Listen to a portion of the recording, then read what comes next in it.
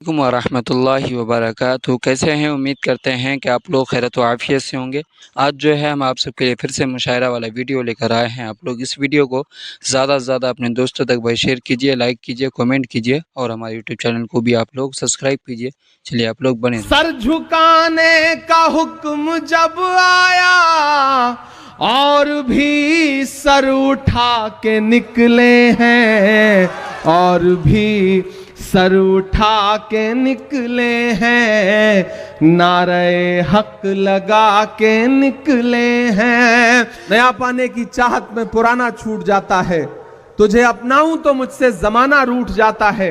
मोहब्बत पढ़ने लिखने में बहुत आसान है, लेकिन मोहब्बत को निभाने में पसीना छूट जाता है।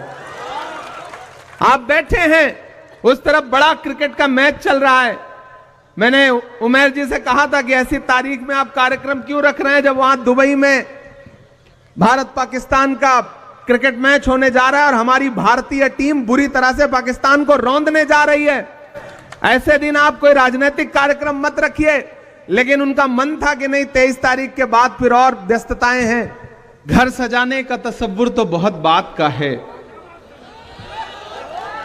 घर सजाने का तसव्वुर तो बहुत बात का है।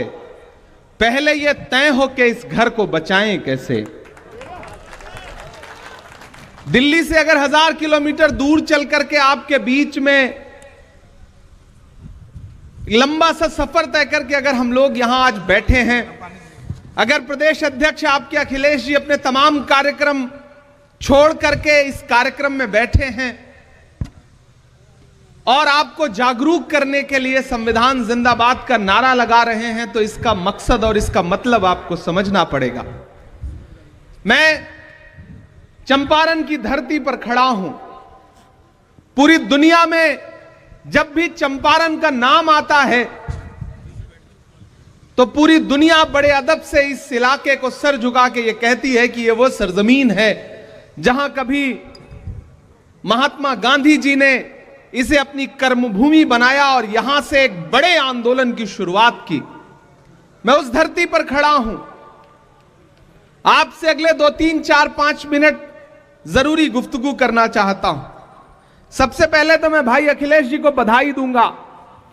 परिवार के मुखिया का जैसा भाषण होना चाहिए, परिवार के बड़े व्यक्ति का जैसा दिशा निर्देशन होना चाहिए, वो आज आपके भाषण में मुझे दिखाई पड़ा। और मैं चाहता हूं एक बार जोरदार ताली बजाएं आज के उनके इस संबोधन के लिए।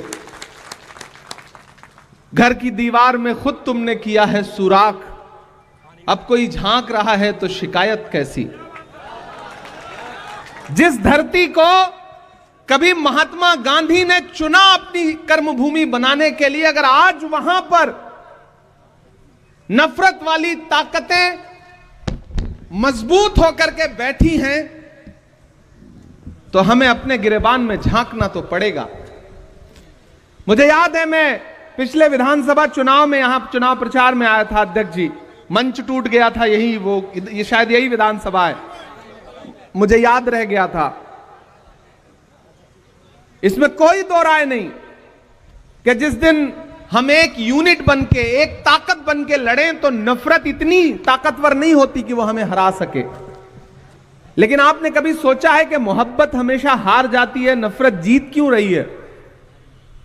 क्योंकि नफरत कलेक्टिव होकर के, एकजुट होकर के कोशिश कर रही है, और मोहब्बत के जो अलंबरदार हैं, जो मोहब्बत के पैरोकार हैं, वो अपनी अपनी दुनिया में मुट्ठी भर लोगों को लेकर के मगन हैं, खुश हैं। उन्हें लगता है कि दुनिया हम ही से चल रही है, हम आगे नहीं आएंगे तो कोई आगे नहीं बढ़ सकता।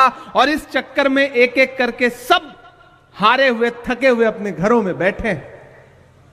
मैं आज नरकटियागंज में खड़ा होकर के, पश्चिमी चंपारण में खड़ा होकर के, बेतिया में खड़ा होकर, बगहा में खड़ा होकर के आप सारे लोगों से यह कहना चाहता हूं कि अगर आपको यह लगता है कि आने वाले चुनाव या जो गुजरा चुनाव था वो सिर्फ सांसद और विधायक बनने बिगाड़ने का चुनाव है, तो आप बहुत छोटा सोच रहे हैं। खतरा बहुत बड़ा है। देश की सत्ता पर बैठे हुए लोगों का जो अंतिम सच है वो यही है कि वो डॉक्टर बाबा साहब अंबेडकर के संविधान से नफरत करते हैं। याद करिए लोकसभा चुनाव में भारतीय जनता पार्टी के बड़े नेताओं के बयान चाहे वो अनंत हेगड़े हो, चाहे लल्लू सिंह हो, चाहे ज्योति मिर्धा हो, चाहे मेरठ ला करके मुंबई से चुनाव लड़ाए गए और मौजूदा सांसद अरुण गोविल हो, नारा क्या था? हमें बहुमत दो, हम संविधान बदलेंगे। हमने आपने अपने कानों से सुना है इस नारे को।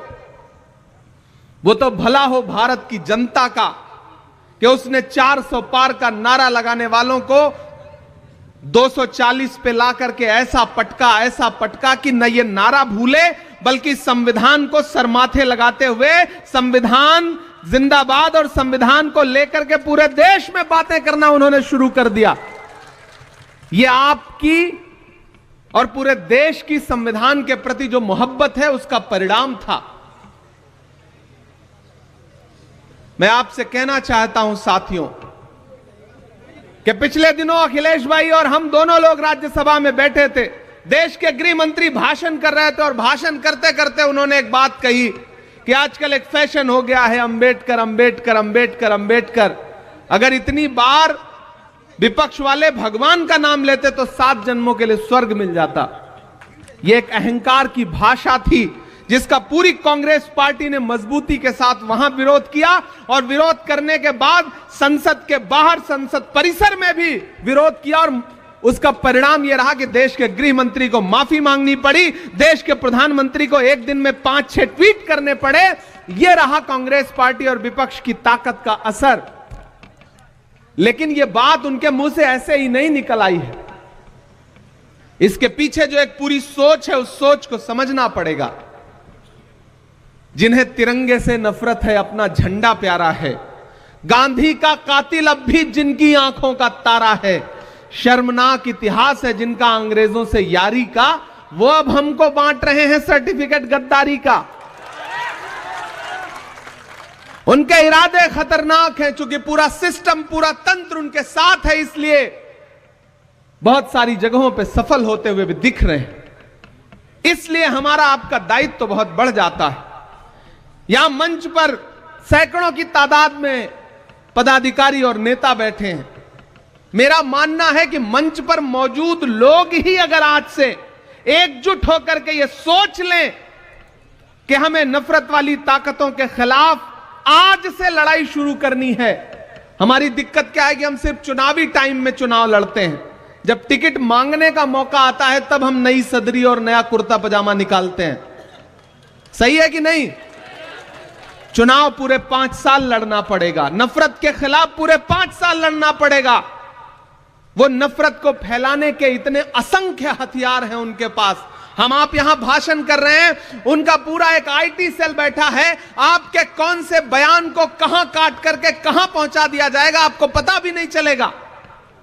इस देश में तकरीबन 350 मिलियन लोग हैं जो फेसबुक यूज करते हैं, 450 मिलियन लोग हैं जो यूट्यूब यूज करते हैं, इंस्टाग्राम यूज करते हैं, और तकरीबन 563 मिलियन लोग हैं जो व्हाट्सएप यूज करते हैं।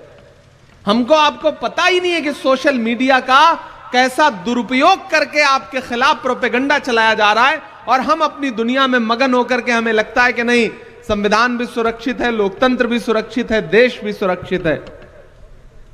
उधर अमेरिका से हमारे बेटों को बेड़ी और हथकड़ी लगा करके देश में भेजा जा रहा है और देश के प्रधानमंत्री नमस्ते ट्रंप का नारा लगा रहे हैं। हालात वैसे नहीं है जैसा आप समझते हैं। राहुल गांधी जी अपने भाषणों में हमेशा एक बात कहते हैं कि जब जेब कतरे को आपकी जेब काटनी होती है तो पहले आपका ध्यान भटकाता है और फिर आपकी जेब काट लेता है। इसी तरह इस सरकार ने किया है। आपको धर्म की अफीम सुंघा करके, आपको नफरत की अफीम सुंघा करके, आपके आटा, चावल, दूध, दही, पनीर, छाछ, लस्सी, यहां तक कि कफन तक पर टैक्स लगा दिया है और आपको पता तक नहीं है। खतरा बहुत बड़ा है। इसलिए मैं पूरे बिहार के लोगों से, मैं खुद लंबा सा सफर तय करके कई कार्यक्रम इधर उधर करके मुझे लगा कि नहीं, मुझे जाना है और अल्पसंख्यक विभाग के विशेष तौर से पदाधिकारियों से बातचीत करनी है। ये जो पूरा इलाका है ये बहुत उपजाऊ है और कांग्रेस की विचारधारा के लिए बहुत मुफीद इलाका है, क्योंकि ये गांधी का इलाका है, ये गोडसे का इलाका नहीं है। इसलिए अगर आप सबने प्रण लिया, किसी ने कहा है कि शेर जब तक अपनी कहानियां लिखना खुद नहीं सीखेंगे तब तक शिकारी अपनी कहानियों में खुद को महान बताते रहेंगे। इसलिए नरकटियागंज वालों, अल्पसंख्यक विभाग के पदाधिकारियों, हमारे महिला कांग्रेस की जो साथी हैं, हमारे यूथ कांग्रेस के जो साथी हैं, हमारे एनएसयूआई के जो साथी हैं, सेवा दल के जो साथी हैं, हमारी मेन कांग्रेस की जो बॉडी है, उन सब से मैं अनुरोध करता हूं कि अखिलेश जी हो, इमरान प्रतापगढ़ी हो, हम सारे लोग अपना 100% देने के लिए तैयार हैं। हर दिन आपके लिए जब भी आप कहेंगे हम उपलब्ध हैं, लेकिन आपको एक रोड मैप तो आने वाले दिनों के लिए बनाना पड़ेगा, तब आप लोकतंत्र और संविधान बचाने की लड़ाई को मजबूती से लड़ पाएंगे। मेरे भाई, यहां बड़ी तादाद में बुजुर्ग बैठे हैं, नौजवान साथी बैठे हैं, माएं बहनें बैठी हैं। महान बादशाह सिकंदर ने जब यूनान जीता ना, यूनान को जब फतेह किया तो जीत का जश्न मनाने के लिए शहर की सड़कों पर निकला, तो उसने देखा कि पूरा शहर तो जश्न मना रहा है, लेकिन एक फकीर आदमी सड़क के किनारे बेखबर होकर के सारे शोरगुल से चुपचाप सो रहा है। सिकंदर को गुस्सा आया, सिकंदर अपने घोड़े से उतर के उस सोते हुए फकीर के पास गया और गुस्से में उसे जोर की एक लात मारी और लात मार के कहा कि क्यों रे फकीर, मैंने शहर जीत लिया, यूनान फतेह कर लिया, लोग मेरे साथ जश्न मना रहे हैं और तू सो रहा है।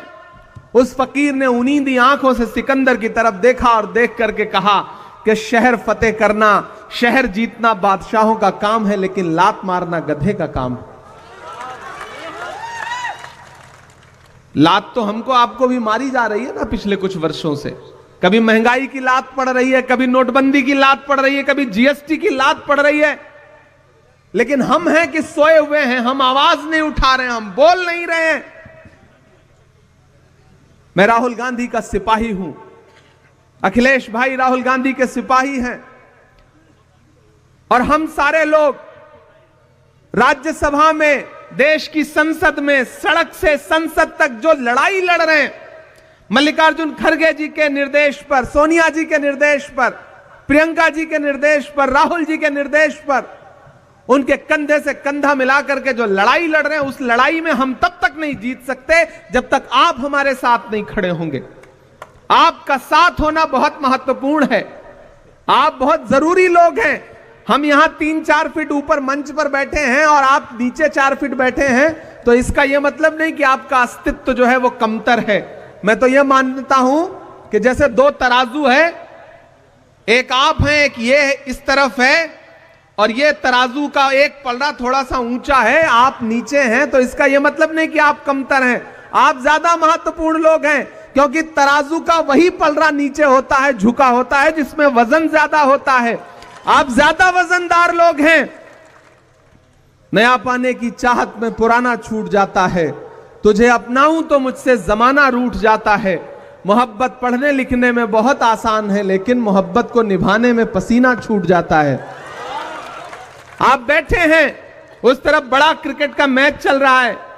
मैंने उमेर जी से कहा था कि ऐसी तारीख में आप कार्यक्रम क्यों रख रहे हैं जब वहां दुबई में भारत पाकिस्तान का क्रिकेट मैच होने जा रहा है और हमारी भारतीय टीम बुरी तरह से पाकिस्तान को रौंदने जा रही है। ऐसे दिन आप कोई राजनीतिक कार्यक्रम मत रखिए, लेकिन उनका मन था कि नहीं, 23 तारीख के बाद फिर और व्यस्तताएं हैं, तो आज आपके बीच में हम सारे लोग हाजिर हुए हैं। और आपसे साथियों मैं कहना चाहता हूं कि यह संविधान महज एक किताब नहीं है, इसमें महज कुछ पन्ने नहीं है।